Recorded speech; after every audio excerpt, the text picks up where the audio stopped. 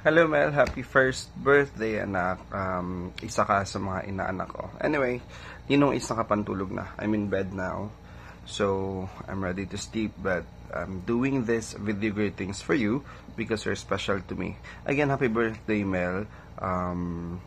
Sorry, gusto ko lang mag-sorry if hindi man ako makapunta sa birthday party mo. Medyo busy si Ninong kasi may mga classes na hindi pwedeng iwan.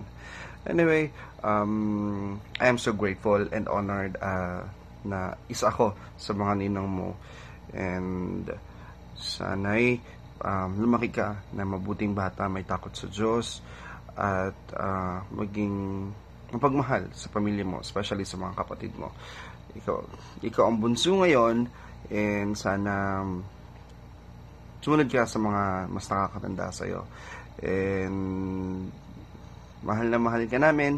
Andito na lang kami parate ng mga ninong at ninang mo para gabayan ka or kung kailangan mo kami. Again, Mel, happy birthday. Wishing you more birthdays to come, more candles to blow, and naway lumaki kang maging mabuting bata. Mahal ka namin, and I'll see you very soon. Pahabol na lang gift ni Ninong ha, kasi medyo busy pa.